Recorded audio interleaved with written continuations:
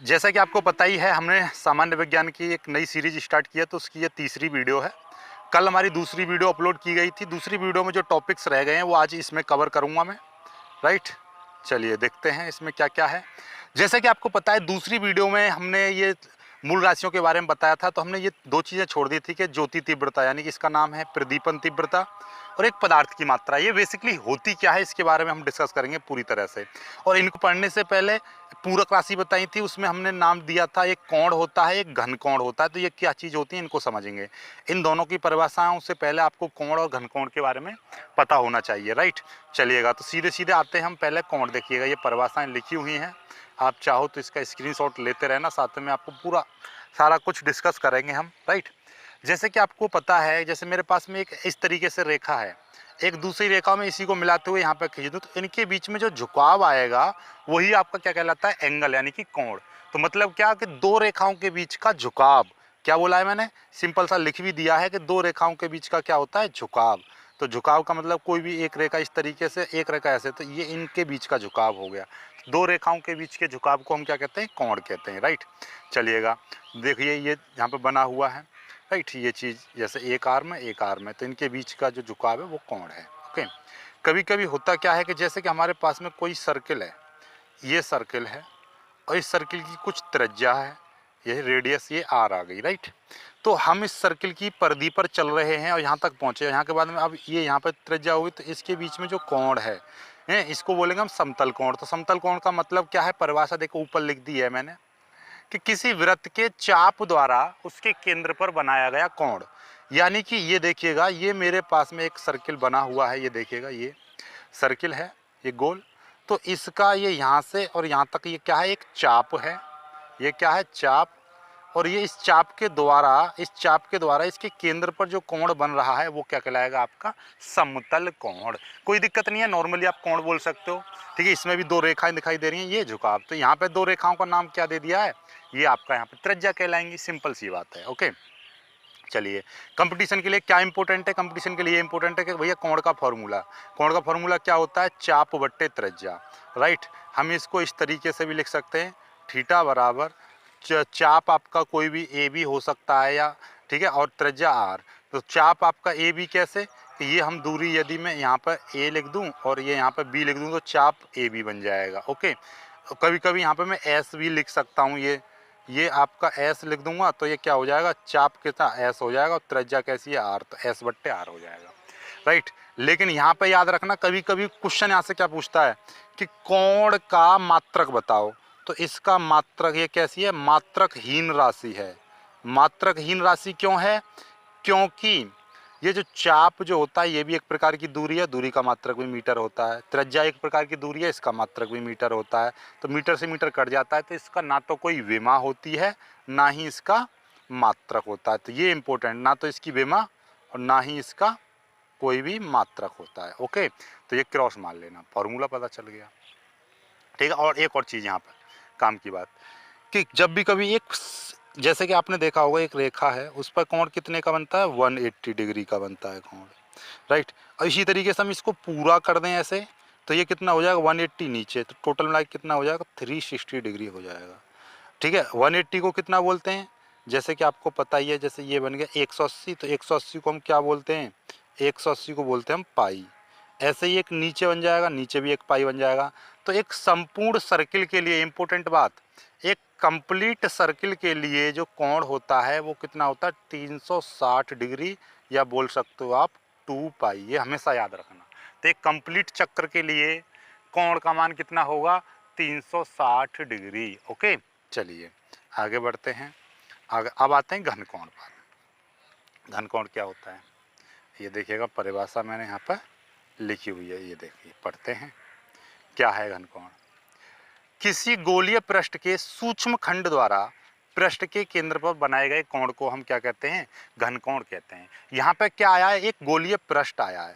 पृष्ठ का मतलब क्या है, देखो, जैसे नॉर्मली वृत्त कैसा होता है, वृत्त इस तरीके से बन गया, लेकिन एक आपने देखा होगा, जैसे चूड़ी है, चूड़ी ऐसे रख दी तो गोल होगी, लेकिन एक आपने गेंद रख दी तो गेंद थोड़ी सी उठी हुई होगी, उसमें क्या होगा, आयतन होगा, राइट। तो इसीलिए जैसे कि देखो, ये कुल्फी है, कुल्फी का ऊपरी भाग है, तो ये इस तरीके से इसका डायग्राम बनाया। तो ये जो गोला है, इसके यहाँ पर एक कोण बना रहा होगा, तो ये एक गोल पृष्ठ कहलाएगा। जैसे ऊंचा इस तरीके से, तो ऐसे गोला है, उसके पृष्ठ पर ये जो कोण बना हुआ गोल, ये कहलाएगा आपका घन कोण। और यदि ये दो रेखाएं हैं, इस तरीके की रेखाएं, और इनके बीच में जो कोण बनेगा वो कहलाएगा केवल समतल कोण। तो ये समतल कोण है, यानी कि नॉर्मल कोण, और ये है घन कोण। दोनों में अंतर समझ में आया, क्योंकि इसमें दो पृष्ठ होंगी। देखो एक पृष्ठ इस तरीके से, देखो ध्यान से देखो, इसको मैं थोड़ा सा बड़ा करके आपको समझाने का प्रयास करता हूँ कि ये देखिएगा, ये इसमें क्या है, ये इस तरीके से एक पृष्ठ दिखाई दे रही है, एक पृष्ठ ऐसे दिखाई दे रही है। ऐसे ही इसके अंदर इस तरीके से यहाँ पे जो कोण बन रहा है, ये कहलाएगा आपका घन कोण, राइट। तो ये चीज़ होती है। और ये समतल कोण क्या होता है, जैसे कि ये दो रेखाएं, इनके बीच का झुकाव। ओके, तो ये है। तो आपका डायरेक्टली आपको अब समझ में आ गया होगा। तो एक पृष्ठ द्वारा उसके केंद्र पर बनाया गया। यदि मैं बात करूँ तो ये कोई गोला है इस तरीके से, तो इसके केंद्र पर बन जाएगा। ठीक है, चलिए घन कोण के बारे में देखिए। ये एक हमने वृत्त बना, ये वृत्त नहीं, ये एक गोला बना दिया। गोले का एक छोटा सा पृष्ठ ले लिया जिसका एरिया है ए। ठीक है, इसके केंद्र पर ऐसे यहाँ पे त्रिज्या आर है। तो इसका कोण कितना बनेगा, इसका कोण यानी घन कोण की परिभाषा के अकॉर्डिंग इसका सूत्र क्या बनेगा, सूत्र, ओहो ये क्या हो गया, चलिए देखिए। तो यहाँ पे ये सूत्र इसका बनेगा डी ओमेगा बराबर ए, यानी कि क्षेत्रफल बट्टे त्रिज्या का स्क्वायर। क्या बनेगा, ए यानी कि एरिया बट्टे आपका त्रिज्या का स्क्वायर। ये इसका भी कोई मात्रक नहीं होता है, क्योंकि एरिया का जो मात्रक होता है मीटर स्क्वायर, और आर यानी ये भी आपकी त्रिज्या का भी मीटर स्क्वायर होता है। ओके, यहाँ पर एक संपूर्ण पृष्ठ के लिए, याद रखना, संपूर्ण पृष्ठ के लिए, संपूर्ण पृष्ठ के लिए जो मान होता है घन कोण का, वो कितना होता है, 4 पाई। क्यों, क्योंकि इसमें दो सरफेस होती हैं। और आपको यदि मैं वैसे भी नॉर्मली बात बताऊं, तो एक गोले का जो क्या होता है, गोले का पूरा संपूर्ण आयतन, संपूर्ण पृष्ठ का क्षेत्रफल कितना होता है वो लगा दीजिए, क्योंकि डी ओमेगा बराबर क्या था,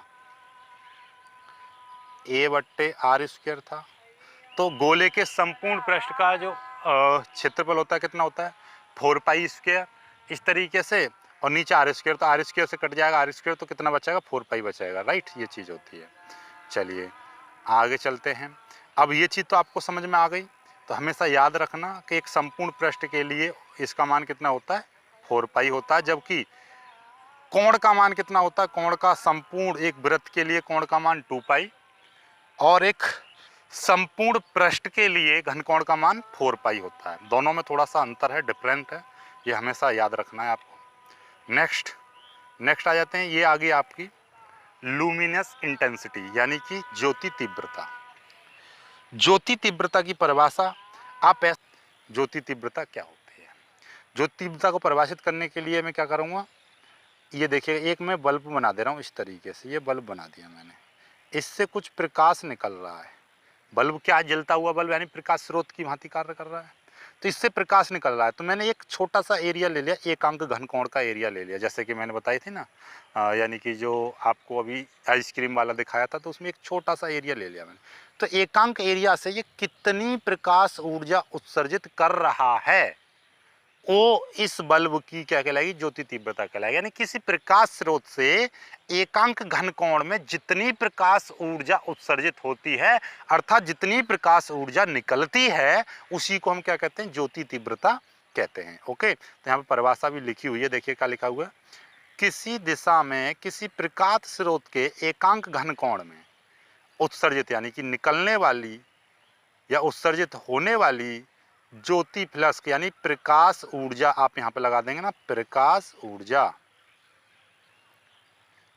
ऊर्जा की मात्रा को इस प्रकाश स्रोत की तीव्रता या ज्योति तीव्रता कहते हैं, या उस दिशा में ज्योति तीव्रता कहते हैं, राइट। इस दिशा को काट देना, सीधे सीधे बात आ जाएगी क्या, कि किसी भी प्रकाश स्रोत के द्वारा एकांक घन कोण से उत्सर्जित होने वाली प्रकाश ऊर्जा क्या कहलाती है, आपकी ज्योति तीव्रता कहलाती है। सिंपल तरीके से आप याद कर लेना। इसको हम ज्योति तीव्रता को एक दूसरे नाम से भी जानते हैं। ज्योति तीव्रता का एक नाम होता है प्रदीपन क्षमता।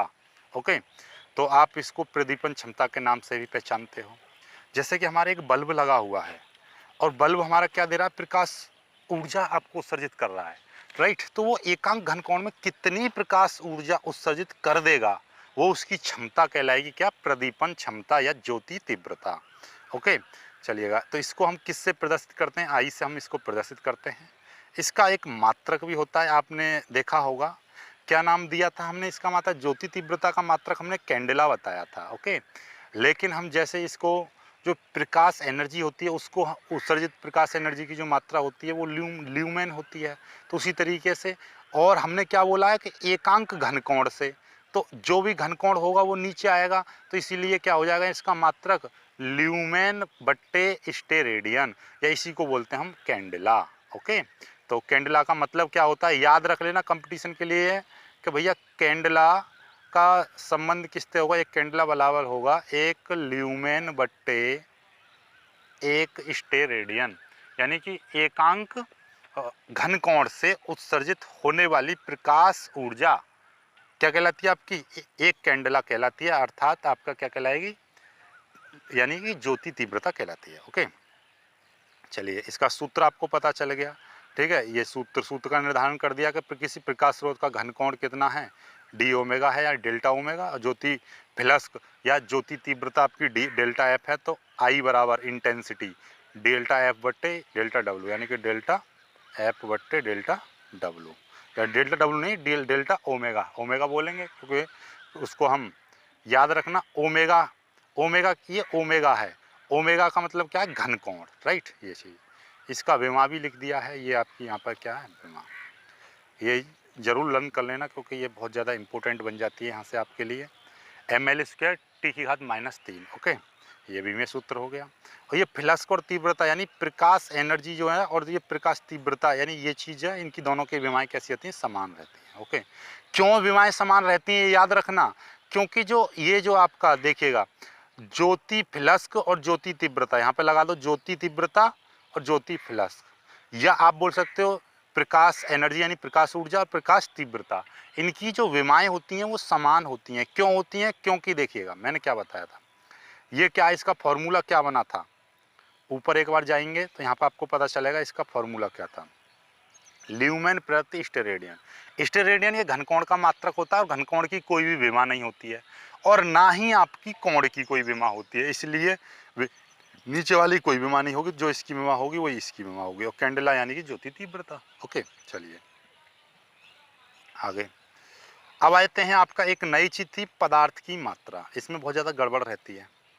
पदार्थ की मात्रा को हम किस तरीके से डिफाइन करेंगे। ओके, जैसे कि आपने अभी द्रव्यमान पढ़ा था, राइट, हमारे पास में सपोज दैट एक हीलियम परमाणु है, हाइड्रोजन परमाणु है, एक कोई भी पदार्थ है XYZ, कोई भी मैटर है, कोई भी द्रव्य है, तो उसके अंदर एग्जैक्टली वो किन किन परमाणुओं से मिलकर बना हुआ है। जैसे कि उसके अंदर अणु होंगे, उसके अंदर क्या होंगे, उसके अंदर बहुत सारी चीज़ें मिलेंगी, अणु मिलेंगे, उसके अंदर परमाणु मिलेंगे, उसके अंदर आयन मिलेंगे, इलेक्ट्रॉन मिलेंगे, प्रोटॉन मिलेंगे, यानी कि उसके अंदर जितने भी अस्तित्व में आने वाले जितने भी मूल कण हैं, उन कणों की जो मात्रा है, उन कणों की जो संख्या है, उसी को हम क्या बोलते हैं, उस पदार्थ की मात्रा कहते हैं।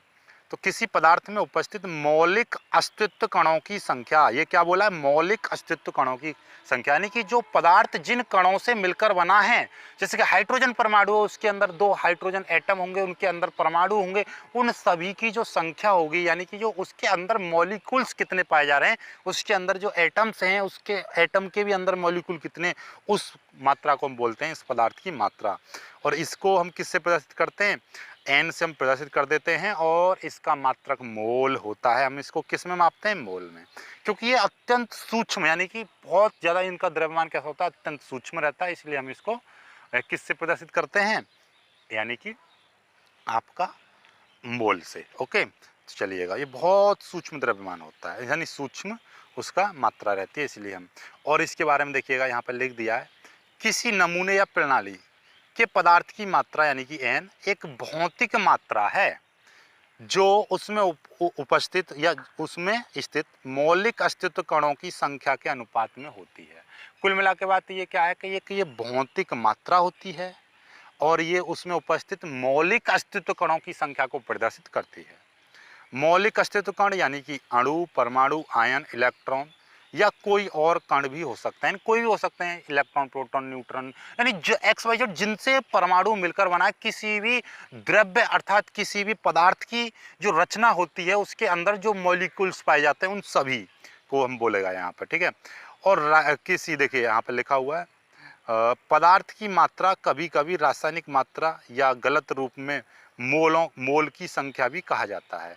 तो ये वास्तव में इनको हम छोड़ सकते हैं, क्योंकि हम डायरेक्टली हम बात करेंगे यहाँ पे पदार्थ की मात्रा क्या होती है, उसमें उपस्थित अस्तित्व कणों की संख्या, इतना बोले वो हमेशा राइट रहेगा। आगे इसमें देखिएगा क्या लिखा हुआ, पदार्थ की मात्रा के लिए ऐसा ही मात्रक क्या चुना गया, मोल चुना गया है। अब इस मोल की परिभाषा भी हम बता सकते हैं, देखिएगा, पदार्थ की वह मात्रा जिसमें बराबर संख्या में मौलिक अस्तित्व कण हों, जितने की 12 ग्राम कार्बन, यानी कि 6C12 जो कार्बन परमाणु होता है, तो उसके 12 ग्राम कार्बन परमाणु में जितने परमाणु पाए जाएंगे उस संख्या के बराबर उसमें मौलिक कण होंगे किसी पदार्थ में, तो वही आपकी क्या कहलाएगी, एक मोल कहलाएगी, यानी कि मोल की अवधारणा है। तो ये आपको थोड़ा सा दिक्कत करेगी, तो इसको मत पढ़ना, सीधे सीधे आप किसको याद कर लेना, आप यहाँ पर सिंपल सी इस वाली बात को याद कर लेना, क्या है ये सिंपल वाली बात, ठीक है। तो आपको इतना ज़्यादा दिमाग लगाने की ज़रूरत नहीं है।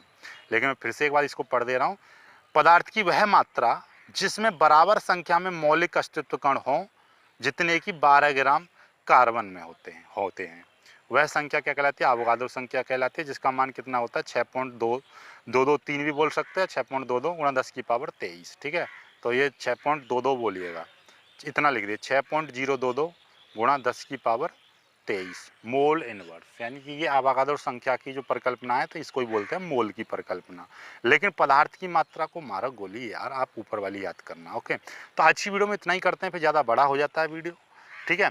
कल आपकी व्युत्पन्न राशि चलेंगी, व्युत्पन्न राशियों के बारे में मैंने पता कितनी, एटलीस्ट पूरी 82 राशियों की पीडीएफ बनाई है, वो आपको मिल जाएगी। जैसे 2 लाख सब्सक्राइबर होंगे तो सभी वीडियो की एक साथ में पीडीएफ आपको प्रोवाइड कर दूंगा, राइट। तो ये थोड़ा सा आपको थोड़ी सी मेहनत करनी पड़ेगी और थोड़ी सी मुझे भी मेहनत करनी पड़ेगी। तो वीडियो को लाइक करो, शेयर करो, चैनल को सब्सक्राइब करो। मिलेंगे खुश हंसी वीडियो में, तब तक के लिए बाय बाय, जय हिंद।